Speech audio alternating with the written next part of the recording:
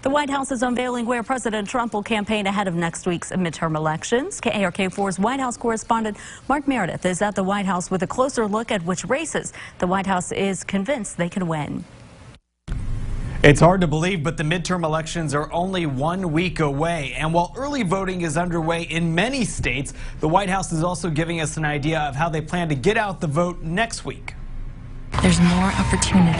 President Trump hopes this new ad will convince voters to keep Republicans in control of Congress. Look, we can't get distracted from the biggest issue, which are jobs. Starting Wednesday, the president will try to sell that message in person and across the country. He's set to hold rallies in 8 states, including Florida, Missouri, and Indiana, where the latest polls say GOP Senate candidates have a chance to defeat incumbent Democrats. The president needs to convince the voters who supported him in 2016 to vote Republican on Tuesday, so he's focusing on the issues that put him in the White House, issues like immigration. He's sending troops to the border, and the president is suggesting he may issue an executive order that would deny automatic citizenship to children born in the U.S. to undocumented immigrants. White House spokesperson Hogan Gidley says the proposal is not just politics. What he's trying to do, though, is look at every opportunity and every option of what he can do from the executive branch.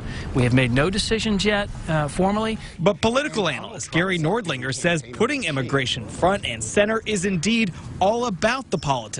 It is not by coincidence. It's never by coincidence. It is Trump's signature issue. Nordlinger says the White House has a lot on the line in next week's election. The results will determine how President Trump's agenda plays out for the next 2 years.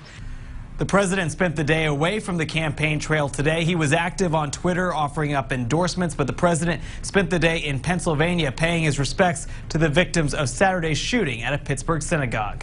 Reporting in Washington, Mark Meredith, KARK 4 News. Mark, thank you. We are your local